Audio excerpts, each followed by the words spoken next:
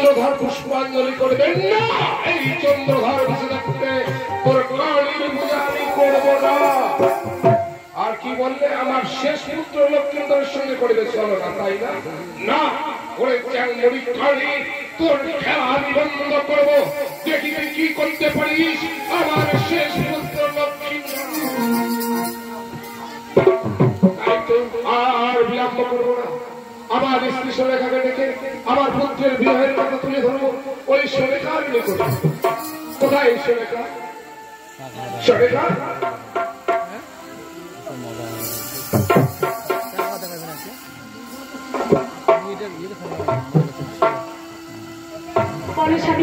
আমার পিছনে দেখেছো?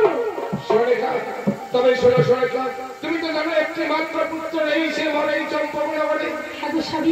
আর ওই শেষ পুত্রটি বিয়ে আমরা ঠিক করে এসেছি উজাবাড়ি নগরে বর্ষণ বাড়ি। না স্বামী, তুমি কি করেছো স্বামী? তুমি কি করেছো? তুমি কি ভুলে গেছো আমার হয়েছে মানুষের মা বিশ্বম্বা বিবাহের আগে পুত্রকে করিবে সন্ধান? এই কথা কি ভুলে গেছো স্বামী? সুলেখা, এর জন্য তোমাকে কোনো দুশ্চিন্তা করতে হবে না। সুলেখা, পুত্র বিবাহের পূর্বে সাত বাড়িতে বাদিয়েছি নিশ্চিত হবে। পুত্রের বিবাহ ঠিক করে এসেছি উজাবাড়ি নগরে।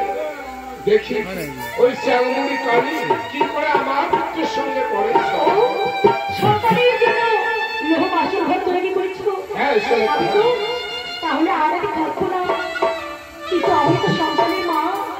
সন্তানের শুভ কামনার জন্য আমি মা ছোট ছোট পুজো করতে চাই। এই অনুমতি দাও স্বামী। সুলেখা, বলো। পিতামাতার পুত্রের মঙ্গল কামনা করে, তাই পুত্রের মঙ্গল কামনার জন্য তুমি মা ছোট ছোটকে গুয়া বাঁধবে। বেশ, আমি তোমাকে অনুমতি দিলাম সুলেখা। যাও যাও, এই মুহূর্তে গিয়ে তুমি মা ছোট পূজা আয়োজন করবে।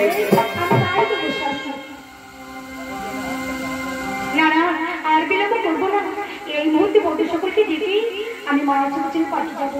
কোথায় বধুমা? ও বধুমা!